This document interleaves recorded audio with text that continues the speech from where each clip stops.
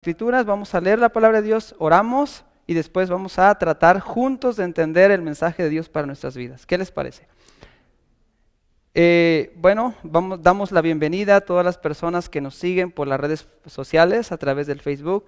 Tenemos personas que nos siguen muy fielmente desde California, les mandamos un saludo y vamos a ir a la palabra de Dios en el libro de Romanos y vamos a estar leyendo en el capítulo 3.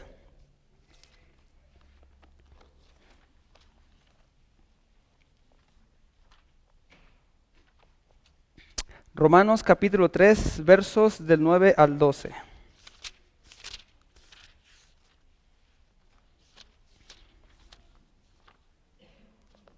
¿Lo tenemos todos? Dice la palabra de Dios. ¿Qué pues? ¿Somos nosotros mejores que ellos? En ninguna manera. Pues ya hemos acusado a judíos y a gentiles que todos están bajo pecado. Como está escrito, no hay justo ni aún uno. No hay quien entienda, no hay quien busque a Dios. Todos se desviaron, aún se hicieron como inútiles. No hay quien haga lo bueno, no hay ni siquiera uno. Padre, gracias te damos, Señor, por un día más y ya por un año más, Señor, que está a punto de claudicar. Gracias porque hasta el día de hoy tú nos has sostenido por el poder de tu palabra y tu misericordia. Gracias, Señor, por todo lo que en este año tú nos diste y gracias también, Señor, por lo que tú nos quitaste. Gracias, Señor, porque tú eres el Dios soberano, Señor, y todo lo que está dispuesto que suceda así va a pasar. Te pedimos, Padre, que bendigas este mensaje y tu palabra, Señor, que uses a tu siervo, Señor, a este utensilio que está aquí, Padre, que todos seamos ministrados por tu palabra, Señor, que es lo que tú mandas, Señor. En el nombre de Cristo Jesús te damos gracias y pedimos de tu Espíritu Santo, Señor, para que podamos salir de este lugar ministrados. Amén. Una de las preguntas que el mundo se hace es que si el hombre es bueno o es malo. ¿Es verdaderamente el hombre bueno o es malo?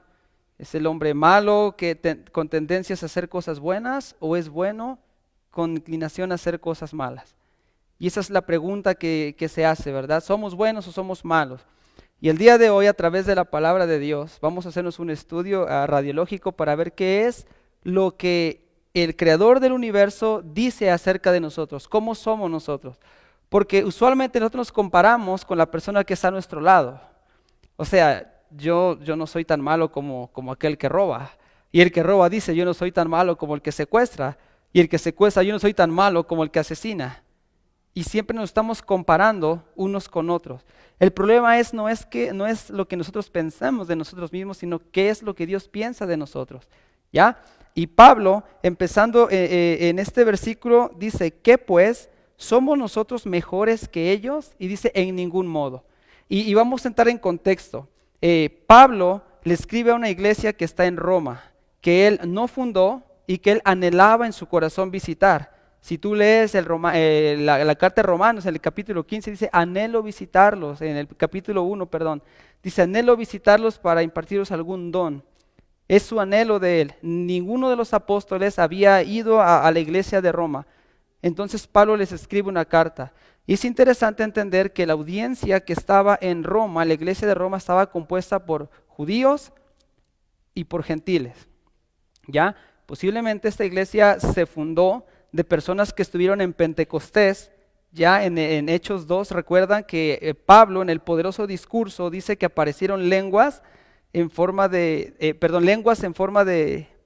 fuego, y dice que las personas que estaban allí entendían el mensaje en su propia lengua nativa, y ellos mencionan que habían también romanos residentes.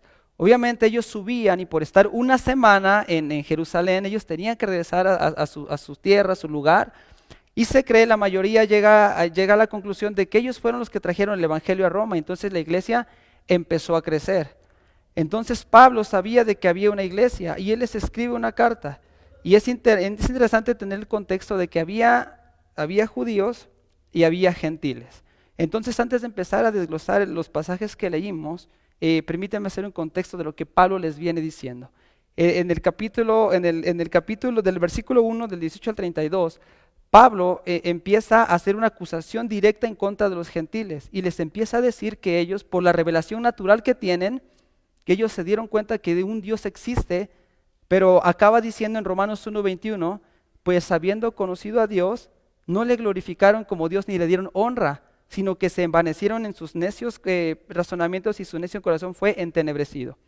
El ser humano que no tiene la ley de Dios escrita, conoce por revelación divina en la naturaleza de que hay un Dios que existe. Pero ese ser humano lo que ha hecho es, voy a poner un ejemplo, es cortar un árbol, creación de Dios, hacerle una figura e inclinarse ante esa figura. ¿Ya? Ese es lo que hace la naturaleza caída, el pecado en el ser humano. Después de eso, Pablo los deja en paz y ahora va a acusar a los judíos. Y lo puedes ver en tu casa del capítulo 2, del 1 al 3:18, él va a empezar a acusar a los judíos, porque los judíos, ellos creían que por tener la ley eran mejores que los gentiles y creían que ya la habían librado. Entonces Pablo les va a decir, mira, acompáñame en Romanos 2, 23, 24. Recuerden que estamos metiéndonos en un contexto para poder entender, ¿verdad? Dice así: tú que te jactas de la ley, con infracción de la ley deshonras a Dios, porque como está escrito, el nombre de Dios es blasfemado entre los gentiles por causa de vosotros. Era el problema que estaba pasando ahí. Entonces, Pablo va a utilizar las escrituras para hacerles ver a las personas que todos, sin excepción alguna, estamos bajo pecado. Es importante entender eso. Vamos a leer Romanos 3 del 9 al 12. Era solamente un contexto. Otra vez vamos a leer y vamos a empezar a desglosar algunos puntos. Dice, ¿qué pues? ¿Somos nosotros mejores que ellos? En ninguna manera. Pues ya hemos acusado a judíos y a gentiles que todos están bajo pecado. Como está escrito, primer punto, no hay ni un justo. No hay quien entienda. No hay quien busque a Dios. Todos se desviaron, aún se hicieron inútiles. No hay quien haga lo bueno, no hay ni siquiera uno. Entonces, Pablo usa las escrituras para hacerles ver a esa iglesia que estaba en Roma que no había ni una persona que la librara. Usa una técnica que se llama jarás, una técnica que usaban los rabinos, que es insertar algunos pasajes del Antiguo Testamento para dar una enseñanza. Y Pablo les empieza a citar. De hecho, si tú lees Romanos capítulo 3, las concordancias te van a llevar a Salmos 14, Salmos 75 y el libro de Isaías. Él empieza a agarrar partes del Antiguo Testamento que los judíos bien conocían y les empieza a mostrar a través de las escrituras que estamos fritos. Dice, no hay justo ni aun uno. En el verso 10, hay muchas personas con la capacidad de hacer cosas buenas y muchos de nosotros conocemos personas que hacen eso, ¿verdad? Que son correctamente morales. Incluso las personas más viles, las que creemos que son más malas, pueden hacer actos que son dignos de admirar. Pero Pablo aquí no se está refiriendo a los actos específicos que el ser humano puede hacer, sino se está refiriendo a lo interno del ser humano. ¿Qué es lo que te motiva a hacer las cosas que haces? Y delante de Dios, esas motivaciones, Dios sabe que son egoístas o que son malas. Una persona que no ha sido regenerada, una persona que no ha nacido de nuevo, todos los actos buenos que hagan no van a poder glorificar el nombre que es de Dios. Es importante entender eso. ¿Ya? Y Pablo quiere dejar en claro que no existe ninguna persona, aparte de nuestro Señor Jesucristo, cuyo carácter interno de Él pueda acercarse siquiera así a la justicia que Dios demanda de todos nosotros. ¿Sí? Solamente Jesús vino, actuó y obró porque lo hacía conforme a la voluntad del Padre. Él decía, el Padre me ama o me da lo que quiere porque yo hago su voluntad. Pero en el caso de nosotros, medita y piensa cuál es el motivo, qué es lo que te motiva, a hacer las obras que haces. Y hay mucha gente hoy día que está haciendo cosas que creen que esas cosas les van a acercar a ese Dios, como lo vamos a ver más adelante, ¿verdad? Bueno, dice el verso 11, no hay quien busque a Dios. No hay quien busque a Dios. Al juzgar por la cantidad de religiones que hay en el mundo, como dice este poeta Ricardo Arjona, que hay más religiones que niños felices, uno creyera que hay muchísima gente que está buscando a Dios. Porque entre más religiones, podríamos decir, quiere decir que hay más gente que está buscando de Dios. Pero la Biblia dice que no hay quien busque a Dios. El hombre, en su naturaleza caída, no quiere ni puede buscar a ese Dios. Todo lo contrario, el hombre siempre se está, ¿qué? Alejando de ese Dios. Porque no está en el hombre, no puede, su naturaleza caída le impide venir a la luz. Y Jesús lo expuso, ¿verdad? En uno de los evangelios, dice, ustedes no vienen a la luz porque no quieren que sus obras sean, ¿qué? Expuestas. Y es lo que nos impide acercarnos a ese Dios. Estamos tan cargados de pecado, estamos tan llenos de maldad, que esa oscuridad, esas tinieblas que hay entre nosotros, no queremos que el Señor las vea al ser expuestos por la luz, ¿verdad? ¿Alguna vez han visto cuando entran en algún cuarto oscuro, que prenden la luz y que todos los animales que hay ahí que se desaparecen? No les quise decir a ustedes así, ¿verdad? Pero en realidad eso es lo que hacemos, estamos huyendo de ese juez, de ese Dios justo, porque nosotros somos, ¿qué? Injustos. Aunque creamos que lo somos, no lo somos. Tal vez si nos comparamos con el vecino de al lado, sí somos mejores, pero no delante de la presencia de Dios. Él es todo justo y Él sabe y conoce las intenciones de nuestros corazones. ¿Ya? Todos los sistemas y esfuerzos religiosos son intentos inútiles del ser humano por tratar de acercarse a ese Dios santo, las religiones, que por más intentos que hagan, no van a poder. Y tú y yo estábamos ahí porque hacíamos intentos, creíamos que siguiendo alguna religión, practicando algunos dogmas de fe, haciendo esto y lo otro, podíamos acercarnos a este Dios. Y nos dimos cuenta que ¿qué? Que fue inútil. Martín Lutero, una de las biografías que más me gusta estudiar es de que él en su biografía él escribe, si un monje mereció ganarse el cielo por las obras, indiscutiblemente era yo. Porque él se confesaba 3 horas al día, se mutilaba, se golpeaba, salía en los inviernos de Alemania fuera semidesnudo y sus amigos lo metían casi arrastrando. Pero él sentía que algo no estaba bien, que le faltaba algo más. Y él escribe así, yo llegué a aborrecer a aquel Dios porque él no podía satisfacer las demandas que él pedía. Hasta que un día se encontró con la carta a los romanos y leyó donde dice, el justo por la fe vivirá. Y él escribe, pude ver cómo las puertas del cielo se me abrían en par y yo podía entrar. Pero todos los esfuerzos que él hizo no le sirvieron. Jeremías 29:13 dice, me buscaréis y me hallaréis, porque me buscaréis ¿de qué? De todo corazón. El problema del ser humano que está en su naturaleza caída no quiere buscar a ese Dios. No puede. Como dijimos ahorita, está huyendo. Si Dios da la certeza y la promesa de quien le busque de todo corazón, Él va a estar ahí. Pero nosotros no lo estamos haciendo. ¿Alguien de aquí se recuerda, antes de haber recibido el Evangelio de Cristo, antes de ser nacido de nuevo, alguien se recuerda de todo corazón estar buscando a ese Dios? Tratábamos de hacer obras para acercarnos a ese Dios. En mi caso, el 12 de diciembre yo caminaba largas filas y yo sentía que esa culpabilidad, esa conciencia quedaba un poco cauterizada por esas obras que había hecho. Pero después volvía yo a lo mismo. Y esos esfuerzos eran inútiles. Eso era lo que yo hacía. Yo no sé lo que ustedes hacían. Ahí luego me cuentan. Hay una historia muy importante y es verídica. Esto sucedió en un parque de Estados Unidos, no sé cuál, y se me olvidó el nombre del animalito. Era un pato. Y ese pato llegó a ese parque de esa ciudad aquí en Estados Unidos y se instaló en el lago. Construyó su nido y la gente que iba todos los días a hacer ejercicio se familiarizaron con el pato y lo veían nadar. Un día este pato metió el pico en una lata de soda y no se podía chispar. Entonces, como no tiene manos, pues no se la podía quitar. Y cuando la gente que se había acostumbrado a verlos, trataron de ayudarlo, lo que hacía el patito era que huía, escapaba. Él no entendía que ellos querían salvarle la vida, entonces él huía. Incluso ha sido tan popular ese evento que mandaron a traer a una persona que ganó un concurso de llamar a los animales con sonidos y fue inútil. A últimas se perdió el pato y nunca supieron qué habrá sido. No se sabe si murió o si vivió. Pero así estamos nosotros. Es Dios que viene a nosotros para salvarnos y nosotros estamos ¿qué? Huyendo de Él. Estamos corriendo. Entonces, el hecho de que tú y yo estemos aquí no es por pura casualidad. No es que un día dijiste, bueno, ya estuvo mi vida pasada, ya pequé demasiado. Ahora sí, Señor, de aquí para allá contigo. No fue así. Vamos a leer el Evangelio de Juan. en el capítulo 6 y el verso 44.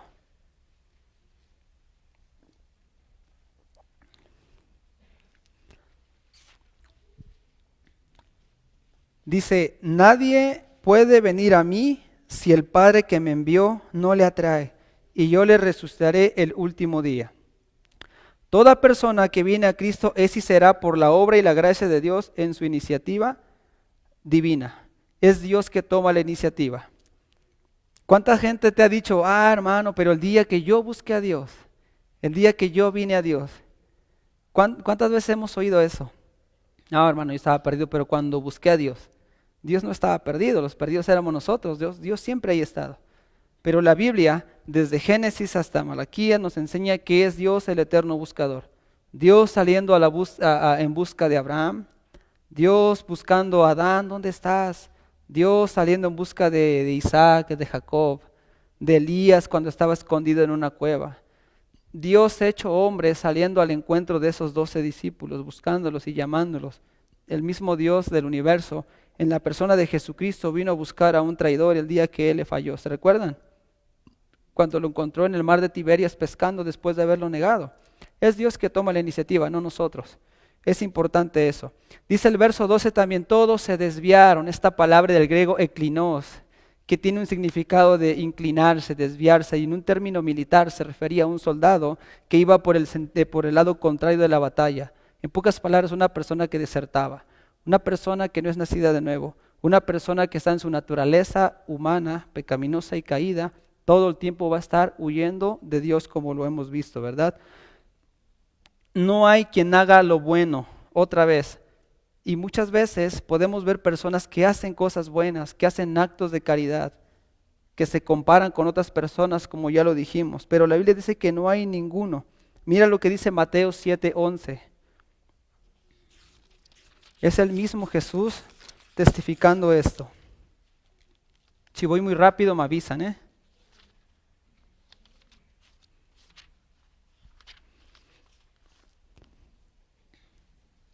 Cuando los discípulos le preguntan en el contexto, ¿verdad? Enséñanos a orar, y él está enseñando y dice, pues si vosotros, aun siendo malos, sabéis dar cosas buenas a sus hijos. Entonces, nosotros somos malos que hacemos cosas buenas. No somos buenos que hacemos cosas malas. ¿Estamos? Porque es nuestra naturaleza, así somos. Ahora, la naturaleza del ser humano, vamos a poner un ejemplo. Escuché un ejemplo y me pareció maravilloso. Imagínate un ave carroñera, un ave que come carne en putrefacción. Imagínate un pajarito. Entonces tú los tienes a los dos y pones una porción de carne que se está pudriendo y pones maíz. Y si tú sueltas a los animalitos, el buitre o ese animal de carroña va a ir sobre la carne que está en descomposición, ¿cierto?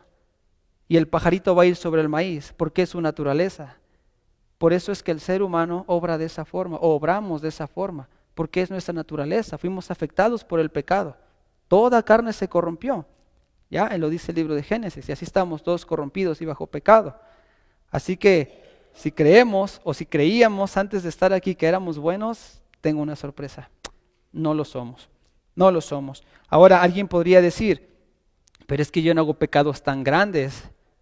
O sea, yo sí peco, pero son pecadillos, canitas al aire. Para Dios el pecado es pecado. Y si tú y yo no hemos cometido pecados grandes, tal vez como Hitler, tal vez como personas que han asesinado a muchas personas, es por la pura misericordia del Señor. En Génesis 20 hay una historia que tal vez la hayan leído. Es cuando Abraham baja a Egipto y el rey le pregunta que quién era Sara, y él dice que era su hermana. Entonces lo estoy resumiendo. A la noche él se va a llegar a esa mujer y Dios le habla y dice, guárdate, cuídate de meterte con esa mujer que es mujer de Abraham. Y él dice, ay Señor, pero tú sabes que no era mi intención, o sea, yo lo hice sin intención de pecar contra ti. Y Dios le responde, sí, pero yo también te detuve para que no pecaras contra mí. El Señor, en su misericordia, muchas veces nos detiene de cometer pecados más grandes de los que creemos que podemos hacer. porque esta maldad que tenemos es tanta que si el Señor nos soltara, que si Él apartara su misericordia de nosotros, no te imaginas lo que seríamos capaces de hacer. Alguien dijo una vez que un niño que está haciendo un berrinche porque quiere un teléfono que su papá tenga, y que si ese niño tuviera tuviera la fuerza de una persona de 16 años, sería capaz de asesinar a su propio papá por cumplir ese capricho que quiere. Y es la verdad. Nosotros no tenemos idea de lo que somos capaces de hacer por llevar a cabo lo que queremos.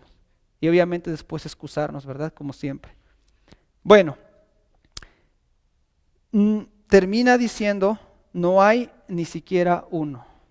Por si alguien pensaba hacer la excepción a la regla, no, pero mira, yo en Navidad, yo le regalé esto a esta persona, vi una persona en la calle y hice esto, no hay ni siquiera uno. ¿Sí? Como el Señor nos ve desde el cielo y a través de su palabra, no hay nadie que haga lo bueno. Ahora, no se me desanime, vamos a ir más adelante. Pablo, al exponer tanto a los gentiles como a los judíos, a la luz de las Escrituras y de hacerles un análisis, un estudio médico, declara que no hay ni uno justo, como ya dijimos. Ya trajo al tribunal al testigo número 1 en contra de los gentiles, que es la ley revelada en sus corazones y la naturaleza de Dios, que proclama la grandeza del Padre. Y por otro lado a los judíos, que ya trajo la ley escrita, y ambos no pasaron la prueba. Entonces, Pablo, tomando el papel de fiscal, habiendo presentado estos dos testigos, declara que delante del supremo juez de justicia del universo, todos, a ver, diga todos están bajo pecado, delante de la presencia de Dios. Eso es muy importante. Si nosotros no entendemos qué es el pecado y que estamos bajo pecado, no vamos a querer aceptar la salvación. Vamos a quedarnos cómodos. Una persona que no sabe que tiene una enfermedad mortal no va a querer venir al doctor, mucho menos tomarse el medicamento, porque yo estoy bien. Hermanos, yo conozco una familia de cristianos que vive a mi lado. Si te contara, yo me porto mejor que ellos. Hay personas que dan muchísimo más dinero hay personas que hacen actos y cosas buenas, pero ese no es el punto aquí. Ahora, ya que todo el mundo está bajo pecado, no existe defensa posible contra el veredicto de culpabilidad que hay en contra de nosotros, en contra de la creación. Incluso, allá en Génesis 6 tuvo que haber un diluvio, porque dice Dios que toda carne se había corrompido, ¿ya? Borró todo y solamente dejó una persona, igual por su misericordia y su gracia, no porque él haya sido verdaderamente recto. Y eso lo podemos tocar algún día en otro estudio. Bueno, somos culpables. Y termina diciendo, para que toda boca se cierre. La única posible defensa que tenemos delante de ese supremo juez de justicia contra el cual tú y yo hemos pecado es guardar silencio y no decir nada. Reconocer solamente que en realidad sí somos pecados, que hemos transgredido su justicia, que estamos fritos, estamos sin piso. ¿Ya? Bueno, ante esta acusación, ante este problema de todos nosotros, delante de ese juez, Job hace una pregunta que es una pregunta muy, muy interesantísima. Véngase conmigo a Job 9, 1 al 3.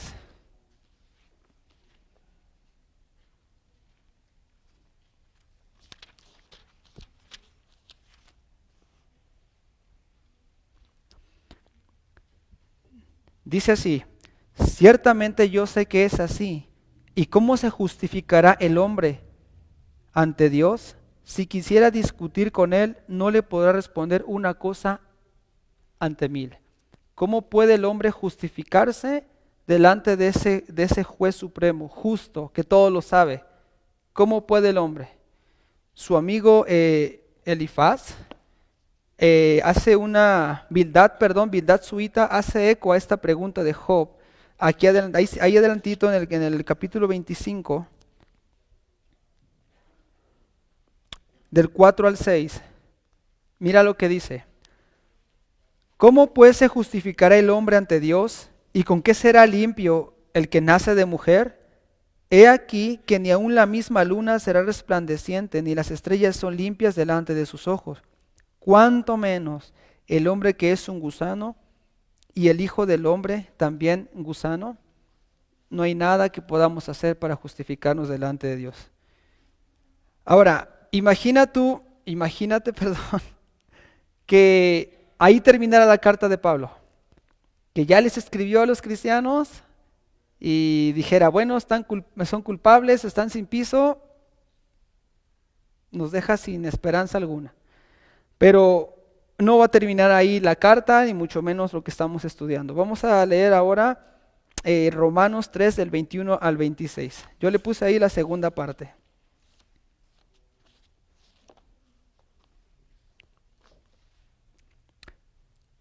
En la primera parte vimos entonces que estamos fritos delante de la presencia de Dios, ¿verdad? Por cuanto hemos pecado. Ahora en la segunda parte vamos a leer del capítulo 3 del 21 al 26. Dice, pero ahora, aparte de la ley, se ha manifestado la justicia de Dios testificada por la ley y por los profetas. La justicia de Dios por medio de la fe en Jesucristo para todos los que creen en Él, porque no hay diferencia, por cuanto todos pecaron y están destituidos de la gloria de Dios, siendo justificados como gratuitamente por su gracia mediante la redención que es en Cristo Jesús, a quien Dios puso como propiciación por medio de la fe en su sangre para mostrar su justicia a causa de haber pasado por alto en su paciencia los pecados cometidos anteriormente, con la mira de mostrar en este tiempo su justicia, a fin de que Él sea el justo y al que justifica al que es de la fe en Cristo Jesús. En la famosísima novela de la Ilíada de Homero, Héctor se está preparando para enfrentar a Aquiles y al ejército griego que viene a invadir. Y cuando él tiene puesta su armadura, carga a su hijo, Antianax, y el niño, al ver a su padre con la armadura, se asusta y busca protección en los brazos de su mamá. Y Héctor se quita el casco y se empieza a reír, y después lo carga, y entonces ese niño puede descubrir a ese padre que tanto ha amado. Y Pablo se propone, usando esta imagen, Pablo se propone ahora en mostrar ya no a ese Dios de justicia y que condena el pecado, sino va a mostrar ese Dios de amor que está extendiendo los brazos para que todo aquel que en Él crea no se pierda, mas tenga vida eterna. Y esa es la segunda parte que vamos a revisar ahorita mismo. Empieza el versículo 21, pero, y qué importante es ese pero. Ese pero es una traducción de una forma adversativa que indica un contraste, en este caso el contraste espléndido y maravilloso entre la depravación e incapacidad del ser humano por acercarse a ese Dios justo y santo y en la provisión que ese Dios pone para que ese hombre pueda acercarse a Él mismo. Todo es y viene de Dios. No hay nada que yo pueda hacer en mis obras para yo obtener el favor de la salvación de Dios. Nada. Y dice, aparte de la ley se ha manifestado la justicia de Dios. Cualquier intento del ser humano no nos puede hacer justos delante de Él. Incluso la Escritura, a lo largo de la Escritura enseña que por la ley ninguna persona podría ser salva. ¿Por qué? Porque nunca nadie pudo guardar la ley al 100%, solamente fue una persona y fue Jesucristo. De ahí para allá nadie pudo. En Hechos 15, cuando se convoca el concilio, porque algunos judaizantes habían salido y le estaban diciendo a quienes ya habían abrazado la fe en Cristo Jesús, que si no se circuncidaban no podrían ser salvos, ¿ya? Y se convoca un concilio y Pedro dice unas palabras, hermanos, ¿por qué queréis ponerle una carga a ellos que ni nosotros ni nuestros padres hemos podido llevar?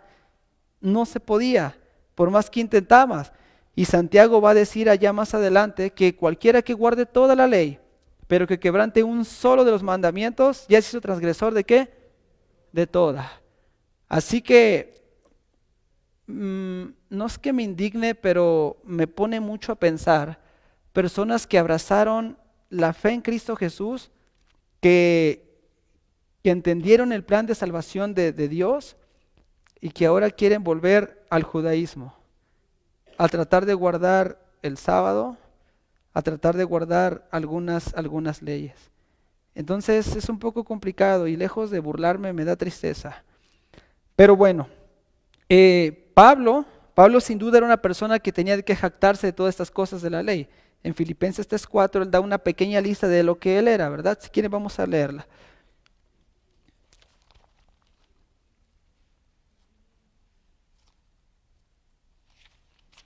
Es en Filipenses 3:4.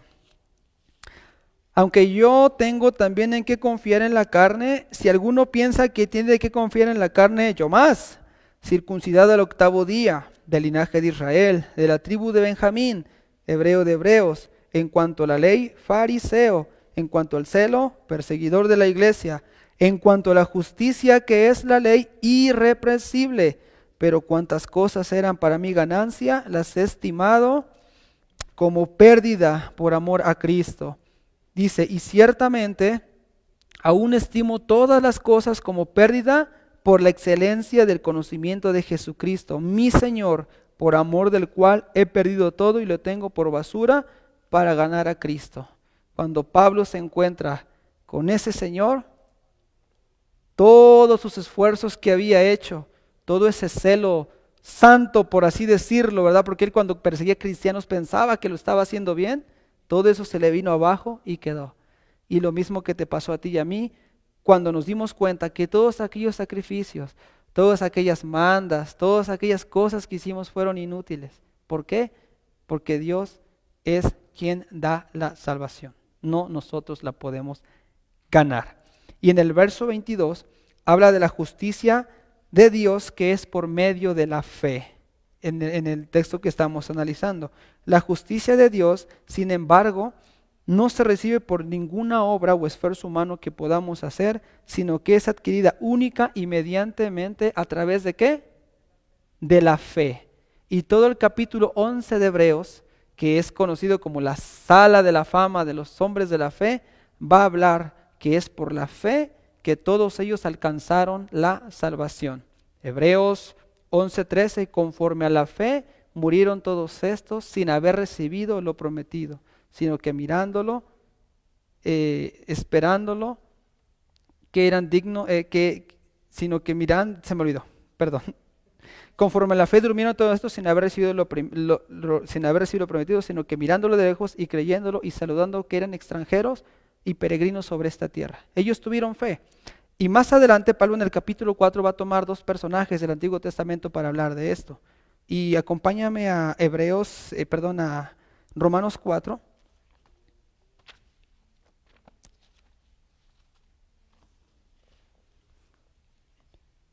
Y les va a explicar a estas personas que la salvación es por fe y no es por algo que nosotros podamos hacer.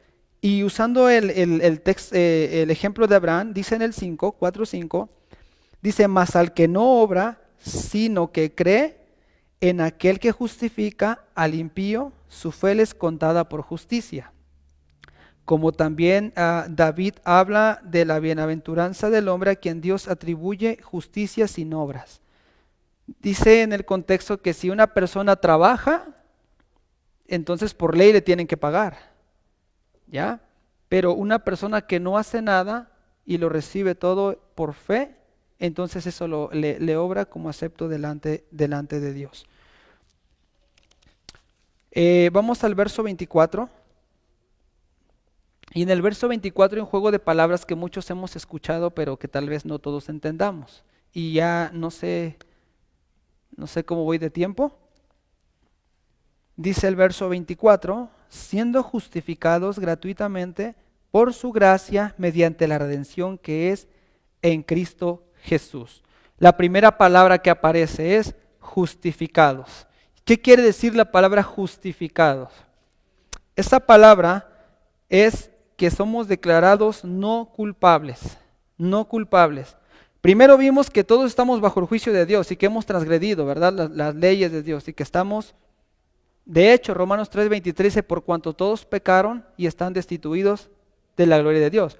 Y Romanos 6:23 dice, por cuanto la paga del pecado es muerte. Esa es la paga del pecado.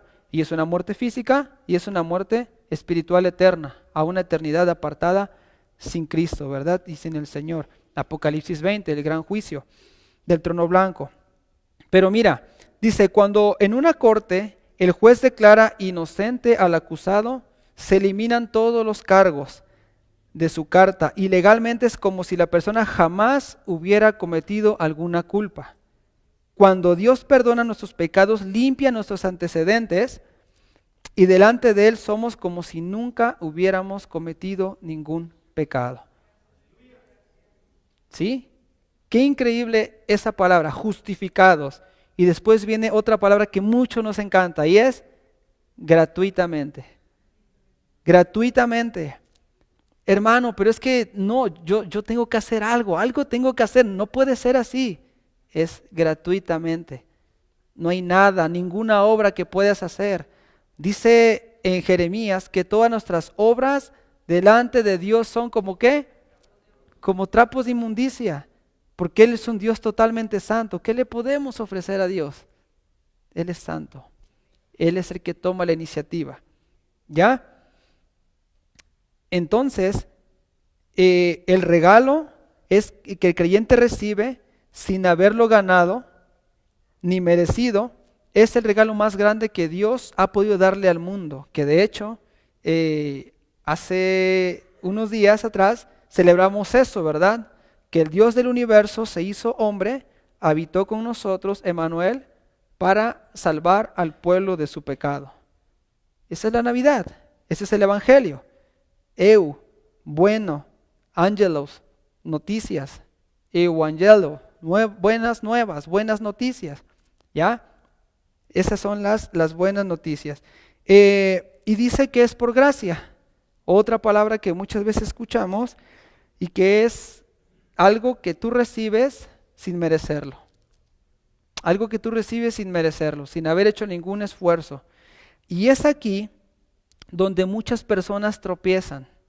Es aquí donde tú le dices a una persona, oye, nada más es que te arrepientas, que creas en Jesús y vas a ser salvo.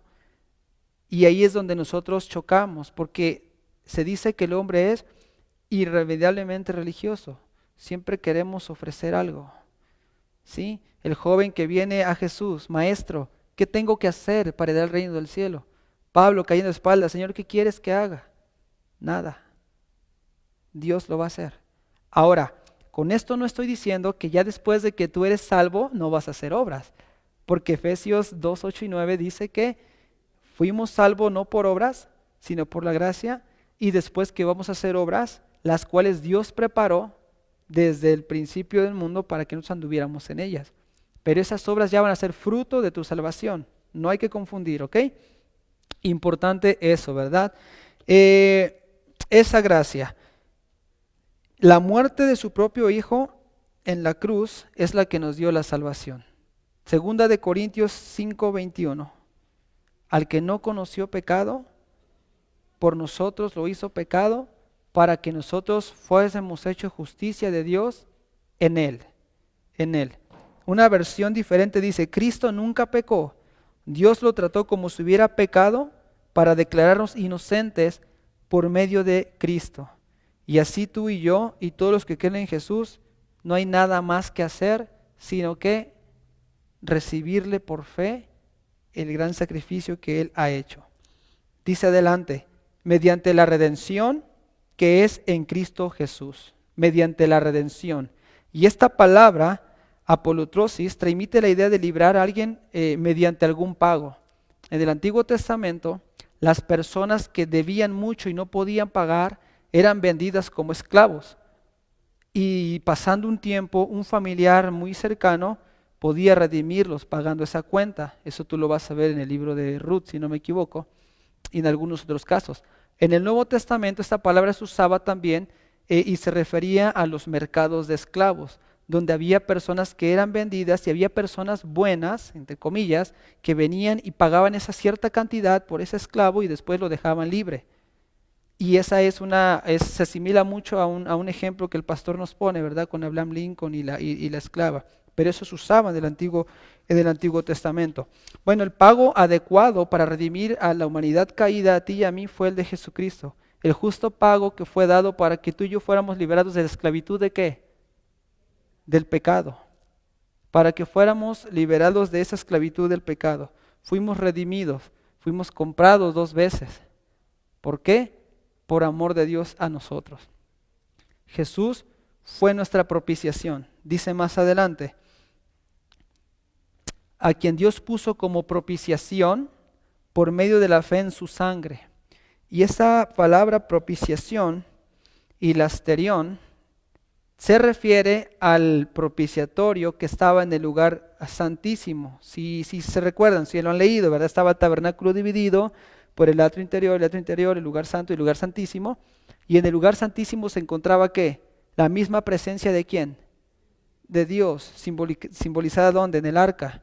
Entonces cada año el sumo sacerdote hacía un sacrificio y entraba y derramaba la sangre por los pecados ¿de quién? Por los pecados del pueblo y por sus propios pecados. Pero esto dice el Antiguo Testamento y el libro de Hebreos, que eso no quitaba los pecados del hombre, que solamente ¿qué? Los cubría, apuntando a una imagen de Cristo Jesús que tenía que venir. Entonces la ira de Dios se derramaba en el propiciatorio y así pasaba por alto los pecados del pueblo y de nosotros. Pero mira lo que dice Hebreos 10, del 10 al 14.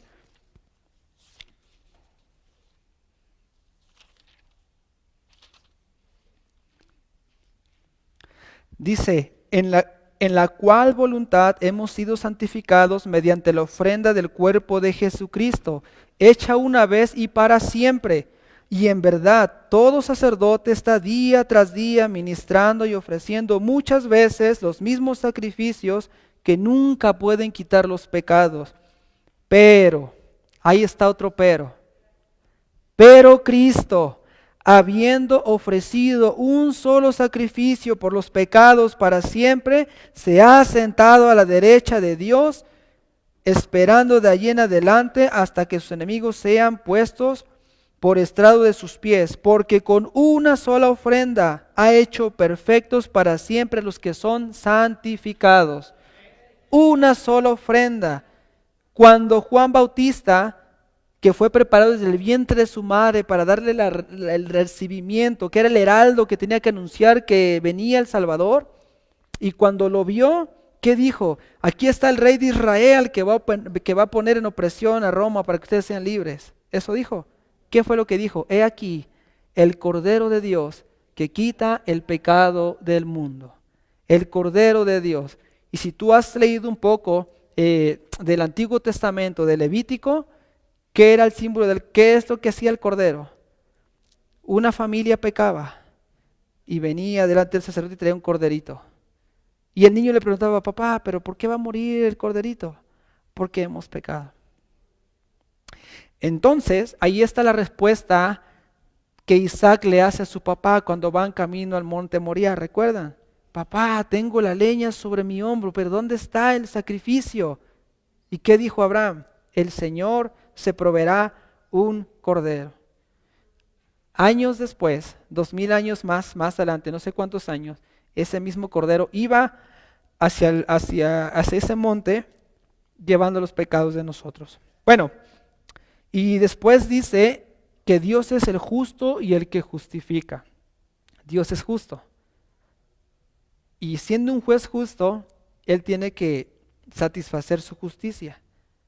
Entonces, en Romanos 6:23 dice que la paga del pecado es la muerte. Lo único que yo puedo pagar por mi pecado es la muerte. Irremediablemente hay que morir. Pero Dios, como ya lo leímos en Hebreos, puso un sustituto, que fue Cristo Jesús. Él fue el que llevó en esa cruz tus pecados y los míos. Sobre Él cayó la ira de Dios.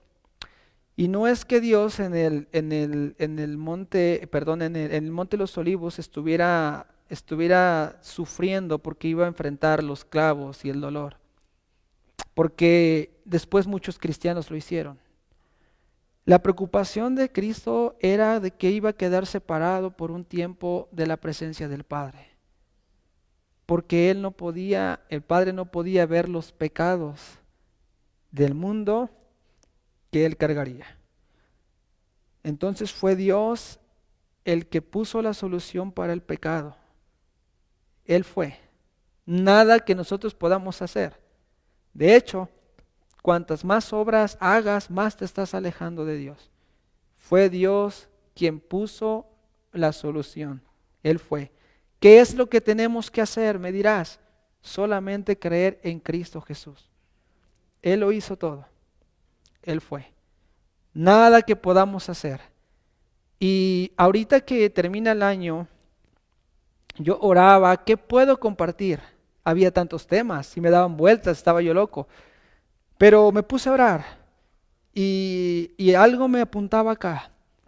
Si en realidad los que estamos aquí o los que venimos hemos creído en verdad en ese sacrificio de Jesús y somos salvos, o si solamente estamos fingiendo o imitando a un cristiano, o si en realidad no hemos sido salvos de nuevo. Ahora, el punto aquí no es que salgamos como gusanos, como lo que leímos, ¿verdad? El hombre gusano y el hijo de mujer gusano. La idea no es salir así. La idea es que Dios no es un Dios de casualidades. Y tanto las personas que están escuchando por las redes sociales como los que estamos aquí, yo creo con todo mi corazón que ya Dios tenía una cita preparada. Ahora, habíamos dicho que nosotros no podemos hacer nada, nada, pero hay una parte que nos corresponde y es creer, creer. Nosotros tenemos que tener fe en ese sacrificio, olvidarnos de todas las obras y confesar delante de Dios nuestra incapacidad de poder agradarle. Hace un rato mi hermana Lilianita leía acerca de estas dos personas que subían al templo a orar. Y el fariseo decía, Señor, gracias, porque yo no soy como este. Yo voy a la iglesia, yo enseño, yo tengo a los jóvenes adultos, yo sirvo, yo hago esto, yo hago el otro. Mira cuánto hago yo, Señor. Y muchas veces podemos estar así. Pero la otra persona dijo, Señor, ni siquiera miraba arriba, ¿ya? Decía, perdóname, sé propicio a mí. El mensaje de este día es que nosotros podamos ponernos a cuentas con Dios.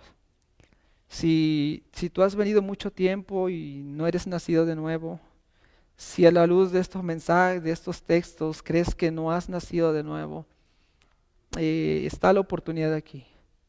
Solamente hay que creer en Dios. Vamos a cerrar nuestros ojos y vamos a hacer una oración. Padre, gracias, Señor. Gracias por tu infinita misericordia y por tu amor. Gracias, Señor, porque el día de hoy hemos entendido que todos los esfuerzos que el ser humano puede hacer son inútiles. Y esto es, Señor, para que nadie se jacte. Esto es para que nadie, Señor, ande diciendo que por lo que hizo, Señor, obtuvo la salvación. Más adelante, Señor, el libro de Romanos dice que no hay jactancia en el ser humano, que fuiste tú, Señor, que tomaste la iniciativa.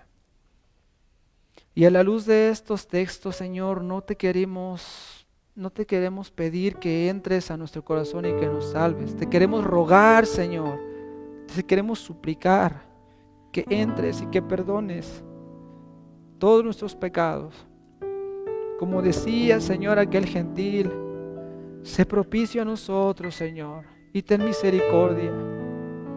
Todos los pecados que he cometido, de los cuales no me he arrepentido, yo los dejo delante de tu presencia, Señor. Te pido, Jesús, que perdones mis pecados y te pido perdón porque he transgredido tu ley. Yo te pido, Señor, que este año que pasó y si por tu misericordia me permitiste estar en vida hasta el día de hoy es con un propósito. Por favor, entra en mi corazón, ayúdame, sálvame, Señor, sálvame porque necesito de tu salvación, Padre. Ten misericordia de mí, Señor. Jesús, sé mi Señor y mi Salvador. Y renueva mi mente, renueva mi corazón. Y ayúdame a vivir como tú quieres que yo viva. Ya no imitando ser algo que no puedo ser. Ya no disimulando nada, Señor. Y que de esa conversión genuina, Señor, que tú a través de tu Espíritu Santo hagas en mi corazón, entonces yo empiece a dar frutos, Señor, que serán los que den testimonio de mi nuevo nacimiento. Ahí donde estás, mi hermano, no alces tu mano, solamente ponte a cuentas con Dios y clama misericordia a Dios, que Él está pronto para escucharte.